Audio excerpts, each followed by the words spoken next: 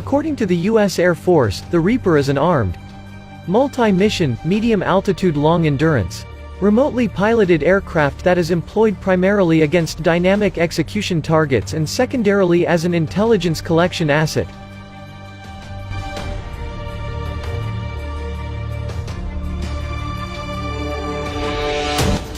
President Trump ordered the strike on Soleimani's convoy as it traveled near Baghdad International Airport.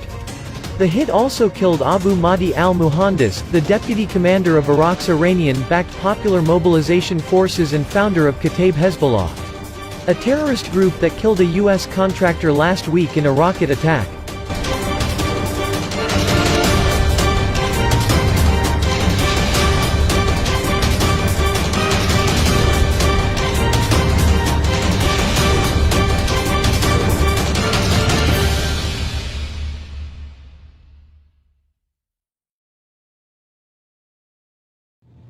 When asked if the Air Force was responsible for the strike, Pentagon spokesman Lieutenant Colonel Thomas Campbell told the Washington Examiner, "We have nothing additional beyond the statement yesterday."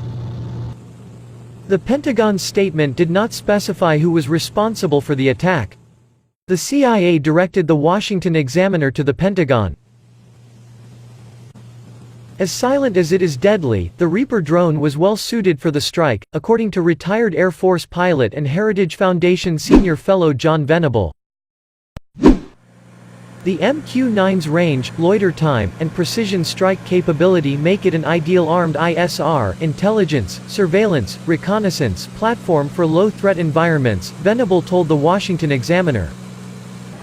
Assuming the U.S. had intel on the rough itinerary of Soleimani's flight and/or had been following the movements of Muhandis in and around Baghdad, the Reaper's capabilities allowed the U.S. not just to be overhead to observe the meeting, but to eliminate those threats. Retired Air Force Lieutenant General David Deptula told the Washington Examiner, "The MQ-9 Reaper is the perfect weapon system for this job and highlights airpower's ability to project accurate, timely, and lethal power," Deptula said. The strike was a measured and appropriate response after 18 months of restraint by the Trump administration to a series of aggressive Iranian violations of international law. He set a red line, warned Iran not to cross it, and when they did he acted appropriately to defend American personnel and interests.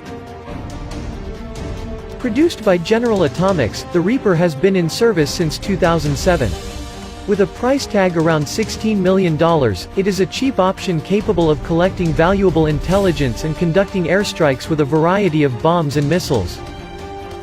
The Reaper is smaller than a conventional attack aircraft, with a wingspan of 66 feet, and weighs only 4,900 pounds.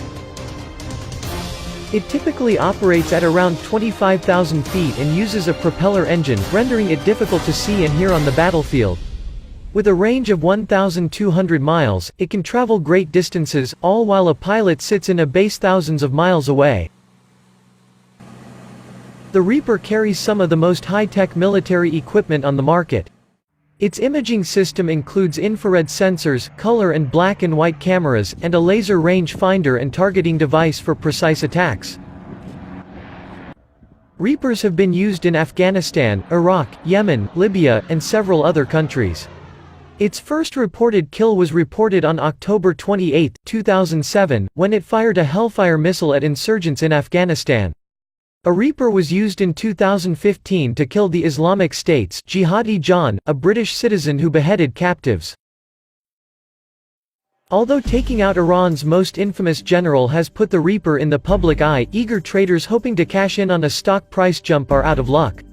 Since General Atomics is one of the few major defense contractors that is not publicly traded,